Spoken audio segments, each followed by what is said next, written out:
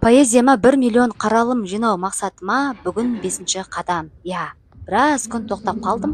Білесіз ғой, көп баланамын. Бала, үй, шаруа деп үлгермедім десем, кім мені түсінбесін. Бірақ мен оқырманыммен шынайы болғым келеді. Көңіл күйім болған жоқ, сол ғана себеп.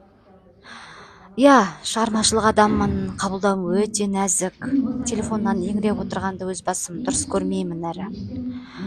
Жаным ауырғанда жаратқаныммен оңаша қалғанды ұнатам. Әрі кетсе жан жарымнан ғана қолдау күтем. Хош, сонымен арада 2-3 өлең жазғам, контент идеялар ойластырдым. Бүгін міне Қосшы қаласының кітапханасы ұйымдастырған мәнерлеп оқу байқауына да қатысып келдім.